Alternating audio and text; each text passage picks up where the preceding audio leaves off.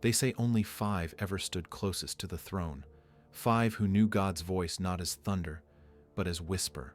One led a war in heaven, one carried God's voice to earth, one wielded the cure to death, one wrote the fate of every soul, and one was nearly forgotten.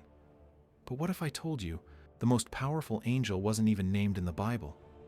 To understand the battle between good and evil, we begin with the warrior angel, Michael. Not just a name, but a challenge. Who is like God? That's what Michael means. He's no soft-winged cherub.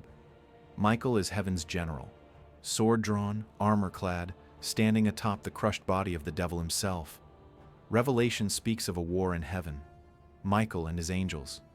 Verse the dragon, Satan.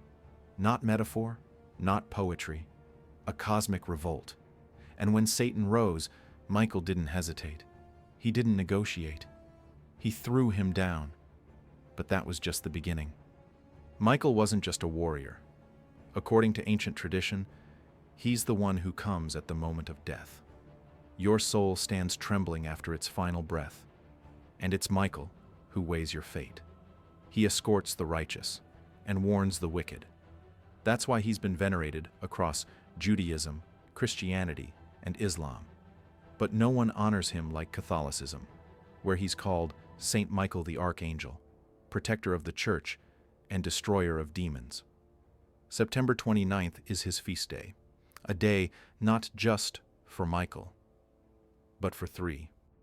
Enter Gabriel, heaven's emissary. He didn't bring swords, he brought revelation. He didn't slay devils, he announced destinies. It was Gabriel who told Mary, "You will bear a son, and call him Jesus." It was Gabriel who silenced Zechariah when he doubted God's plan. And it was Gabriel who explained visions of the Messiah to the prophet Daniel. Across the Quran and the Bible, he's the angel who spoke the word. In Islam, he didn't just whisper prophecy, he delivered the Quran itself to Muhammad. Think about that. The divine word of God, carried not by a god, but by an angel.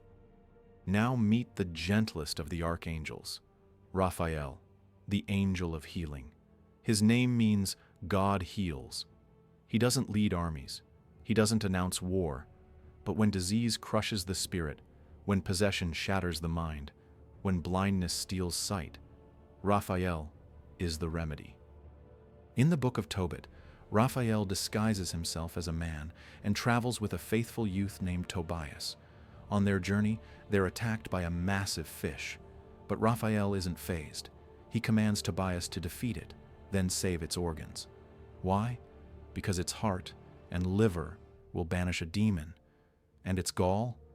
It will restore a blind man's sight. Angelic medicine, wrapped in mystery.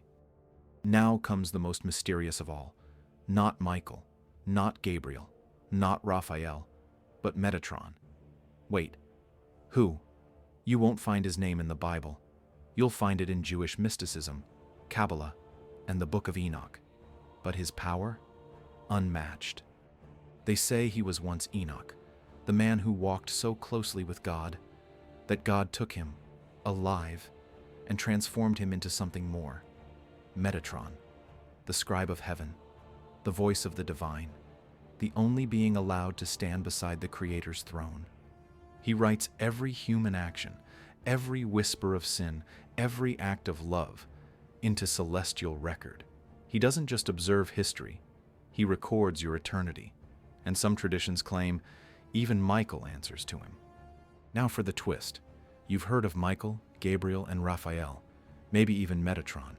But one was almost erased from history. Uriel. God is my light. He's rarely spoken of in modern faith, but in ancient texts, he was everywhere. He stood at Eden's gates with a flaming sword, guarding the tree of life. He warned Noah of the coming flood. He oversaw the plague of the firstborn in Egypt, and he's known as the flame of God, the archangel of wisdom and the sun.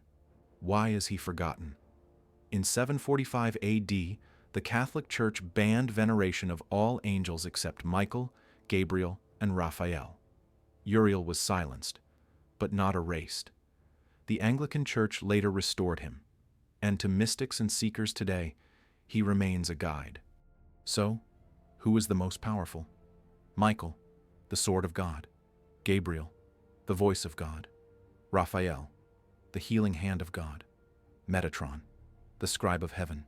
Uriel, the light of wisdom. But here's the twist. In all their power, none of them act alone. Every message, every miracle, every battle, they serve one throne. And the greatest truth? Their strength doesn't come from wings, weapons, or glory. It comes from their obedience, their purpose. Because in the end, it's not power that makes them divine. It's their surrender to it. If this video opened your eyes to the hidden world of archangels, imagine what other secrets are still waiting in the pages of ancient texts. Like, comment, and subscribe for more mythology and mystery. And let us know, which archangel would you call on in your darkest hour?